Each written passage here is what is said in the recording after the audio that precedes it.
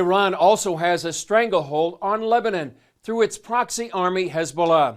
Now an international tribunal in the Netherlands convicted a senior Hezbollah member of assassinating Lebanon's prime minister 15 years ago.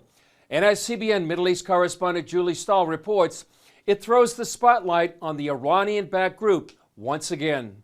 The Special Tribunal for Lebanon all but blamed Syria and Hezbollah for involvement in Hariri's killing. The growing opposition to the Syrian presence in Lebanon threatened Syria's interests. The trial chamber is of the view that Syria and Hezbollah may have had motives to eliminate Mr. Hariri and some of his political allies. However, there was no evidence that the Hezbollah leadership had any involvement in Mr. Hariri's murder, and there is no direct evidence of Syrian involvement in it. Hariri was assassinated in a massive truck bomb blast in 2005 that killed 21 others and left damaged buildings and a huge crater. The only thing left of the driver was a tooth, so his identity was never uncovered. The verdict was delayed for years due to Hezbollah's grip on power. The court found one senior Hezbollah member guilty, while 3 others were acquitted of involvement in the murder.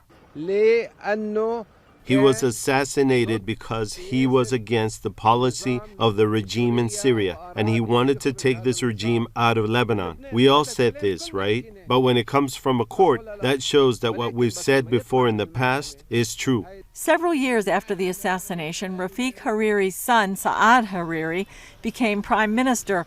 He resigned last October amid anti-government protests and a failing economy, and stayed on as caretaker until January. We all know the truth now, and it remains that justice will be executed regardless of how long it takes. It's now up to Hezbollah to turn over Salim Jamil Ayash.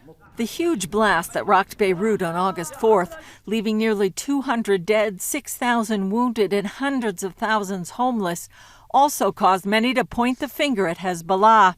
The Iranian-backed group may have stored weapons at the port, adding to the explosion. My demand is that the truth and justice for Rafiq Hariri and his comrades leads the way to knowing the truth and achieving justice for all the innocents that perished in the Beirut blast. Hariri called on Hezbollah to come clean and for coexistence between the various factions in Lebanon. He said the only way they will be able to rebuild their country is if they are honest and work together.